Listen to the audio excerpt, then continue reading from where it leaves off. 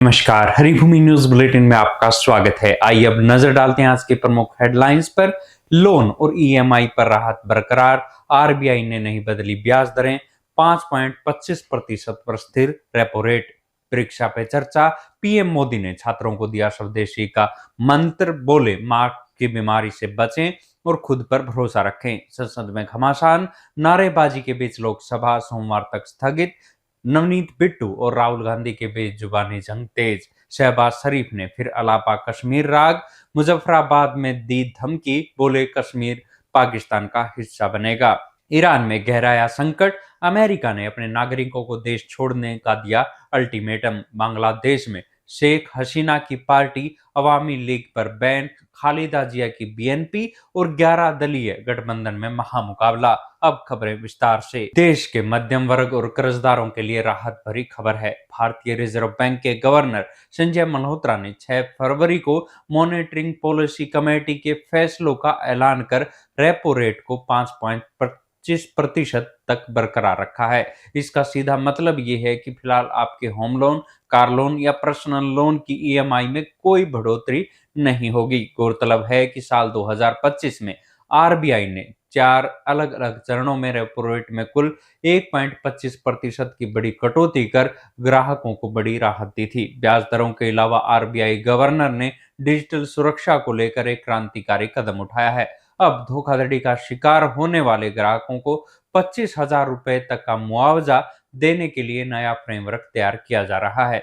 हालांकि reserve bank ने भविष्य की चुनौतियों को देखते हुए वित्त वर्ष 2026 के लिए महंगाई दर का अनुमान 2% से मामूली बढ़ाकर 2.1% कर दिया है। गवर्नर के मुताबिक देश की अर्थव्यवस्था मजबूती से बढ़ रही है और महंगाई फिलहाल नियंत्रण में है।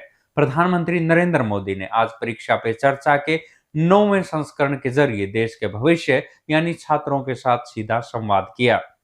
दिल्ली स्थित पीएम आवास पर अनौपचारिक मुलाकात में प्रधानमंत्री ने बच्चों को असमिया संस्कृति का प्रतीक गमोछा पहनाकर उनका स्वागत किया। इस संवाद के दौरान पीएम मोदी ने छात्रों को केवल किताबी ज्ञान तक सीमित न रहने की सलाह देते हुए स्वदेशी अपनाने और अगले 25 वर्षों तक विकसित भारत के सपने को साकार करने के लिए प्रेरित किया। प्रधानमंत्री ने छात्रों की जिज्ञासाओं का समाधान कर मार्क्स की बीमारी से दूर रहने और स्किल व शिक्षा के बीच संतुलन बनाने की बात कही। उन्होंने गेमिंग के शौकीन बच्चों को पंचतंत्र और भारतीय अमर गाथाओं पर आधारित गेम बनाने का अनूठा सुझाव दिया।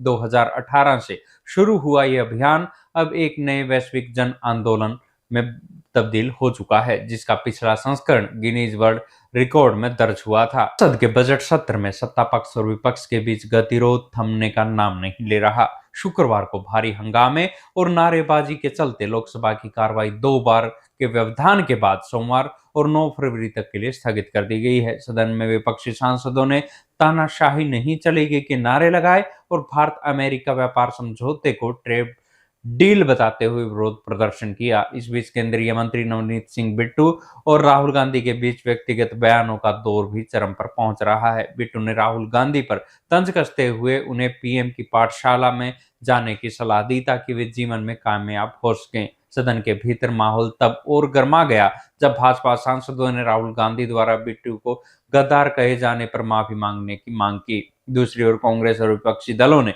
प्रधानमंत्री के लोकसभा में भाषण न देने और पूर्व प्रधानमंत्रियों पर की गई टिप्पणियों को लेकर सरकार को घेरा।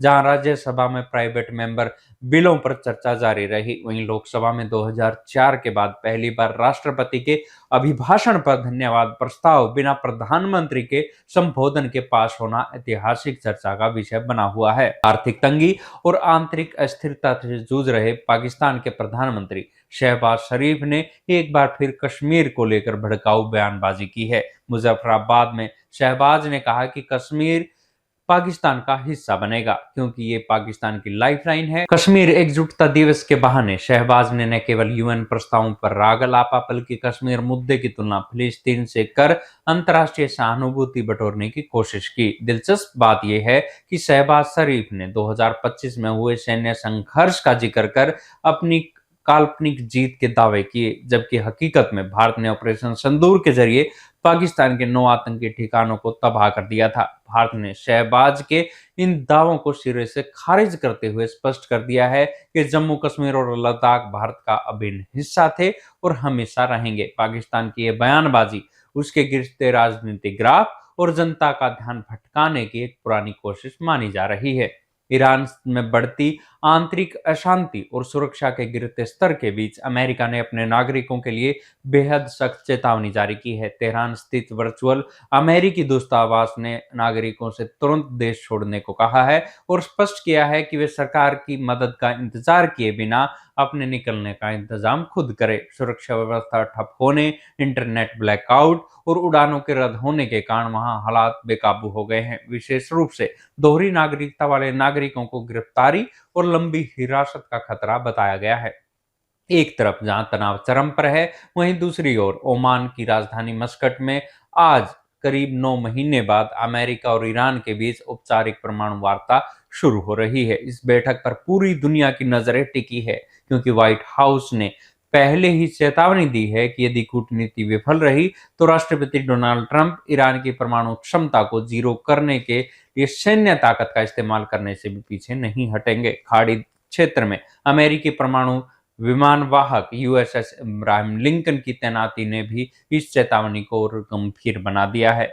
बांग्लादेश में अगस्त 2024 के छात्र विद्रोह और शेख हसीना के सत्ता छोड़ने के बाद 12 फरवरी 2026 को देश के 13वें संसदीय चुनाव होने जा रहे हैं। इस चुनाव की सबसे चौंकाने वाली खबर शेख हसीना की पार्टी बांग्लादेश अवामी लीग पर लगा प्रतिबंध है। आंतरिक सरकार ने न केवल पार्टी के चुनाव लड़ने पर रोक लगा दी है, बल्कि कोर्ट ने निर्वासन में रह रही हसीना को मानवता के विरुद्ध अपराधों के लिए मृत्यु दंड की सजा भी सुनाई है। अवामी लीग की अनुपस्थिति में ये चुनाव अब मुख्य रूप से द्विध्रुवीय मुकाबले में तब्दील हो गया है। एक तरफ खालिदा जिया के बेटे तारिक रहमान के नेतृत्व वाली बांग्लादेश नेशनलिस्ट पार्टी है, जो 300 सीटों पर दांव लगा रही है। वहीं दूसरी तरफ बांग्लादेश जमाते इस्लामी के नेतृत्व वाला 11 दलीय शक्तिशाली गठबंधन है। 12.7 करोड़ मतदाताओं वाला ये चुनाव मोहम्मद यूनुस के नेतृत्व वाली अंतरिम सरकार के लिए लोकतंत्र की बहाली का सबसे बड़ा लिटमस टेस्ट साबित होने वाला है। ऐसी ही खबरों से जुड़े रहने के लिए देखते रहिए हरिभूमि टीवी। और अधिक खबरों को विस्तार से जानना है तो हरिभूमि अखबार पढ़ें या हरिभूमि की वेबसाइट पर जाएं।